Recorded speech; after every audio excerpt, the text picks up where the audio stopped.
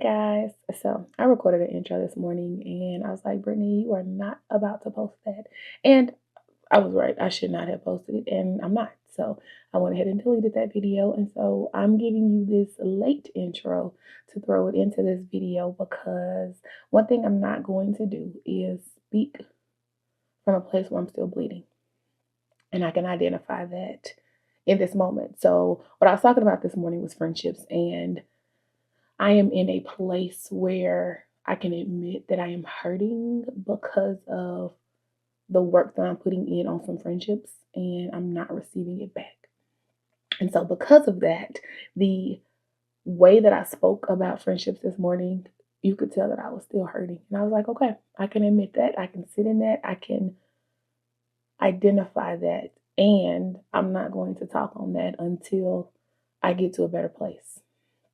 The thing that I can speak on is that there are seasons in your friendships where you have to identify what type of friend you have in that person. Now, I've done a video on what kind of friend are you and the qualities of a friend, but I think this is a little different. And I think Mike Todd might have been the one who talked about a friend, a follower, or a fan. I think it's one of those three. But it's identifying what type of friendship you are in. And so for me, as I prep for this next year, it's like, how much more am I going to pour into this friendship when it feels like it's only a one-way pour? Now, that statement in itself is heavy because I'm that friend that likes to check on people. I'm the friend that wants to make sure that you're okay. And I have to go back to the thing that I said in another video of asking the questions of what do you need of me? Just because I'm checking on you does not mean that you need me to. And for me, that's just a hard reality. And I'm okay with that. But I'm leaving that but there for this one. That also means that I have to do something different. So that's what that conversation started off this morning. And it was just heavy. And I felt it. And today started off a little down. I went and got a massage. I'll throw that footage in there.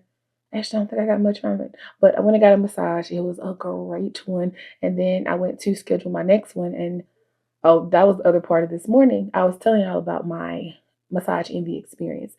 So I had found a massage therapist that I absolutely loved. But for some reason, she kept rescheduling me. And finally, there was a day that she was like, I just can't service you, but never gave me the reason why. Like, I was booking weeks out in advance to be on her calendar. And it bothered me because it made me look within myself. I'm like, what am I doing wrong?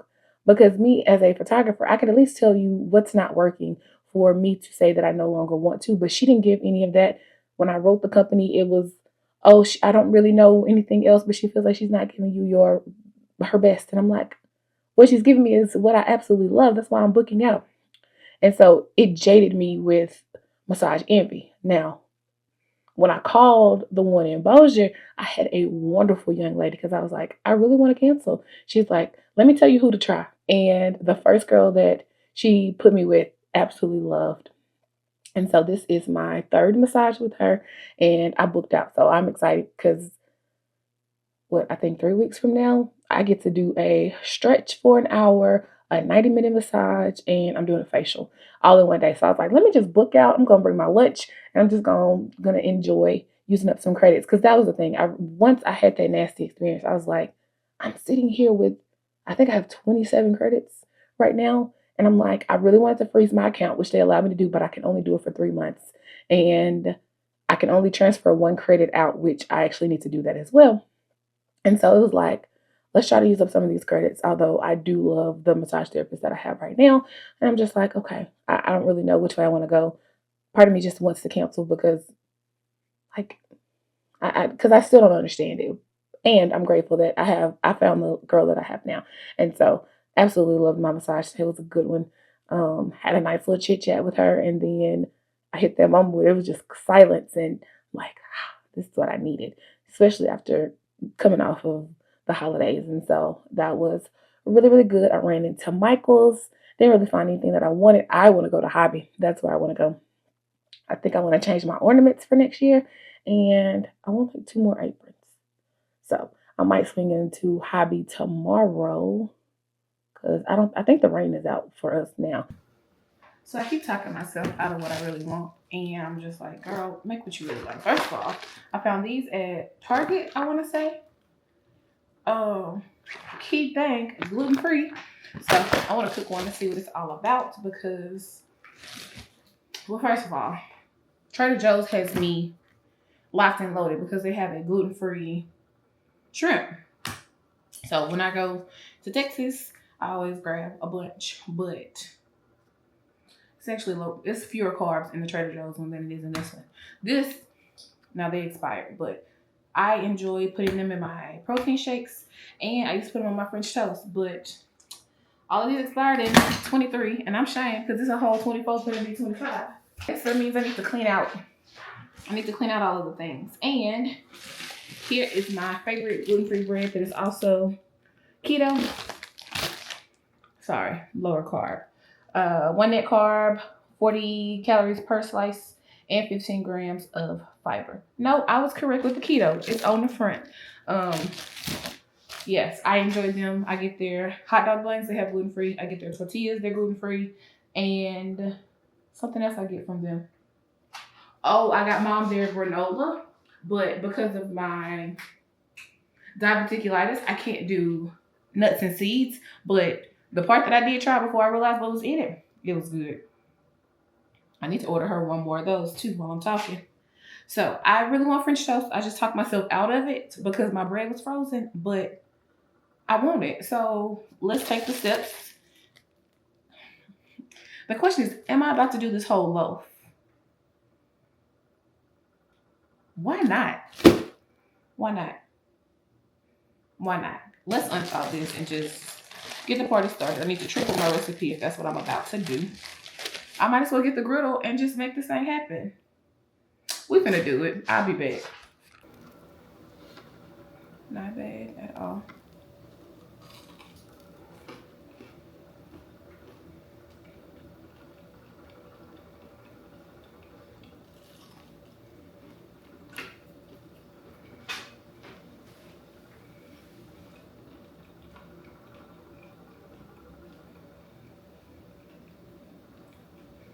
It's a very strong coconut taste. I'm not mad at coconut. I'm not a huge coconut fan, but I can tolerate it. But it is heavy coconut. So, ooh, who has the coconut pie shrimp?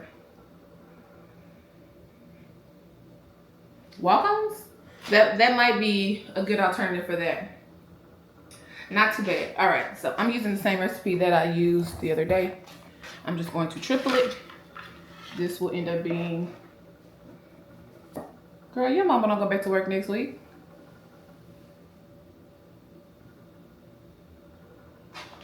I might not need to do this whole loaf. She don't do breakfast unless she's going to work like that.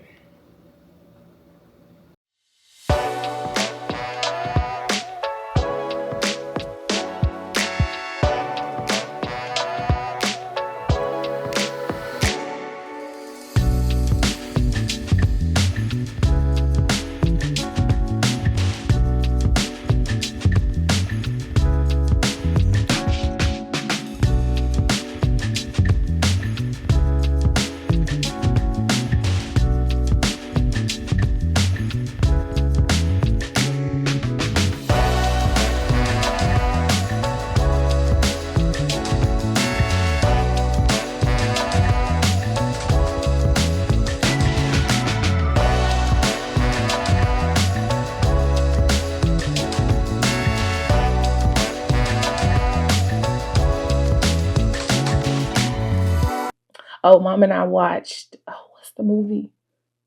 Brewster's Million, no, what is it? Brewster's Millionaire Christmas on BT Plus. That ended up being really, really good. It was good to see China in the role that she played. So that was added to our Christmas list. And we hadn't been watching movies because my days had been so stacked. So now I was trying to make up for it and get the most out of my BT Plus subscription. Even though Never mind. They start off looking real homemade. I'll be like, can we do better? Can we do better? But that one ended up being a really, really good one. So that's what we did. And I get to watch my what is she to me? My god sister's daughter. She technically be my god niece. I don't know how you want to put it, but I get to watch her tomorrow. And so is that right? Yeah. She would be my niece if that was my sister. Yes. So I get to watch my god niece tomorrow, and I was supposed to wrap her gifts for last Sunday, and time escaped me. So I just wrapped her gifts and put them under the tree so that she could open them up. And mom, first of all, my god sister loves Barbies. She loved Barbies when we were growing up. I loved Barbies growing up, all of that. So I had a collection of Barbies, and she used to want to open my collector's edition. I'm like, what you're not about to do is do that. So I got her baby, her holiday collective Barbie doll. So we'll see if she opens it or not, or if she is tough like I was and like, no, you're not going to open it. So I got her that one plus a few more Barbie dolls. So she can open the other ones, but we'll see if she ends up opening that one. But that was my day today. It was a really chill day. My attitude ended up lightening up a whole lot. So I am grateful for that because it was just like, bruh, this ain't it. I started editing. I need to finish editing that session, but it was just that. And so I also jumped into a book that I can't wait to finish. What's the name of this book?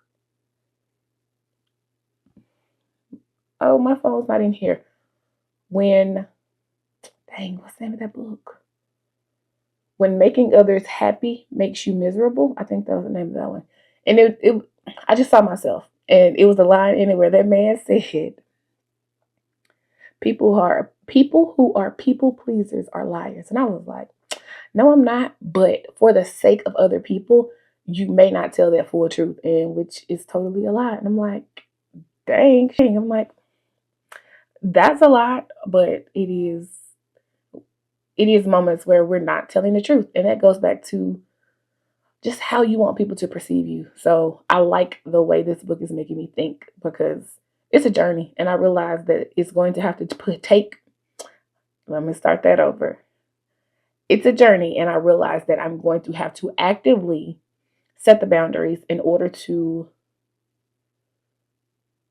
keep going in this process to not people please. And that goes right back to, this is not supposed to be this long. Sorry, y'all. This goes right back to the statement talking about why is it that when something feels good, it feels selfish to me? And I'm just like, I sat in that moment, y'all, to sit in the fact of something feeling good, like a hobby or doing something that just brings joy to you.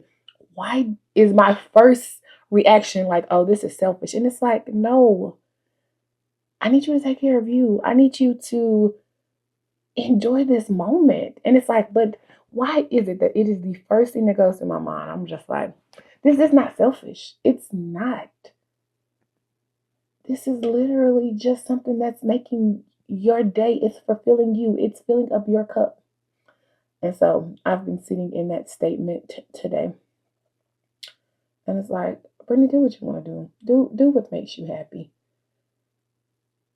Even even going back to this past week of saying yes to things that I knew I didn't want to do. I knew that I did not want to do.